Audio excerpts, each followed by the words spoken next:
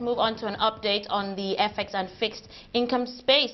I have with me Yomi Balogun, and he'll be giving us an update. Yomi, it's great to have you on the show. I'd like to start an update on the happenings in the T-bill space. We hear that there was an OMO auction of 179 billion naira hitting the system today, and also there was a subsequent that there was an OMO a maturity of 179 billion hitting, and a subsequent OMO auction. So give us some more detail into what happened today. Okay, yes, there was a maturity of about 179 billion in OMO bills that matured into the system today. The CBN, on the other hand, offered about 140 billion in OMO treasury bills.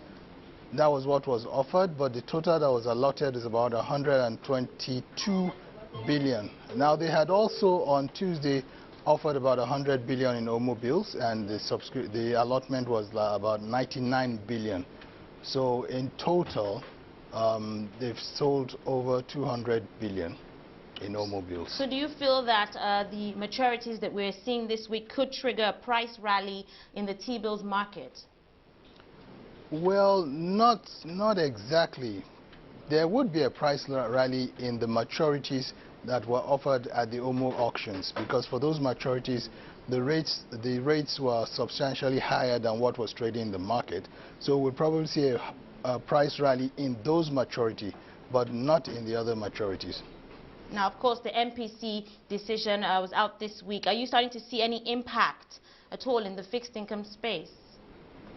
Well, you see, the MPC decision was more than it was expected that it would remain flat. There was no surprise outcome. Most of whatever would have happened had been priced in by traders, so not too much impact in the fixed income space. I'd like to get an update on the bond market, because we hear that there was a sell-off of bonds with investors switching into T-bills. So give us an update on what's going on in that space. Okay, you're right. Yesterday, after the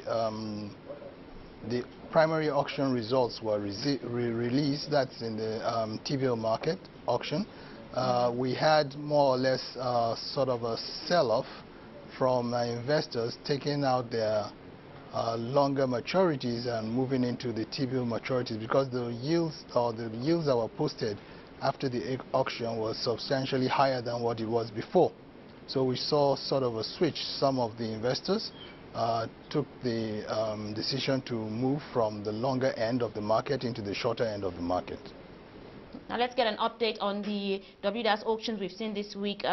We saw sales at the bi-weekly auction increasing 22% to $300 million yesterday. So run through what's gone on this week in that space. Well, this week, you know, we have two auctions, one on Monday and one on Wednesday. The one on Monday was not fully subscribed, but the one yesterday was fully subscribed at 300. But the total that has been sold this week is about 540 million. Interesting. Now, of course, it'd be good to know what happened with the naira today and the outlook going forward. We saw the naira weaken by 4 kobo yesterday to 158.34 naira. So give us an update on what's happening there. Well, the weakening of the naira is to be expected after we had gone through the route of the monthly oil company auction of FX. That happened last week, and there was some substantial inflows of FX, but that has more or less dried up. We are not seeing those kind of flows this week, so as expected, the market ticked up. But what we are seeing is that it did not really depreciate to the extent that a lot of people expected, because we also saw some inflows coming in this week also from some of the oil majors and also from offshore investors. So the depreciation has been a bit subdued to my mind, and it's not really as bad as one would have expected. And so in your view, what do you feel could trigger the fixed income market? I mean, of course, now we've had the April inflation figure out, the MPC decision is out. So going forward, what major event is expected to perhaps trigger the market? Well, apart from things like the auctions coming up, the next auction coming up, and also the fact that offshore investors, we did see a slowdown when the oil prices were going downwards, we saw a slowdown in offshore interest in the fixed income space. But immediately the oil price picked up again, we saw a renewed interest.